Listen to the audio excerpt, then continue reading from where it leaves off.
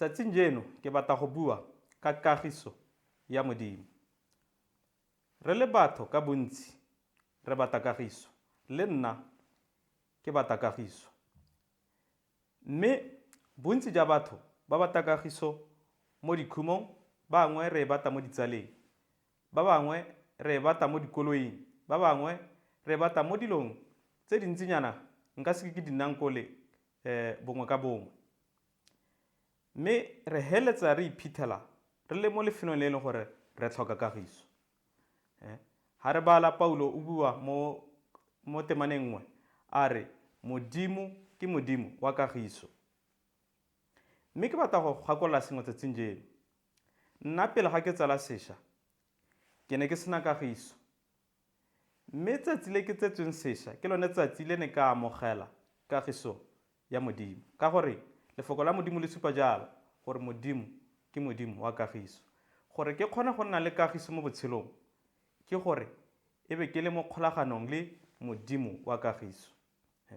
Mme potso ke gore ke tayang ko kagisong yone eo, ke tayang mo kagisong yone eo. Jalo ke batla re bala mo go Baroma 5:3.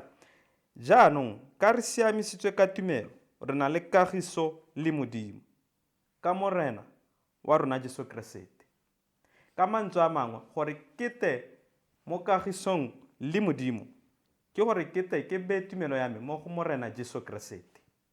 Ke gone nkatang mo go nneng le kagiso mo Modimong.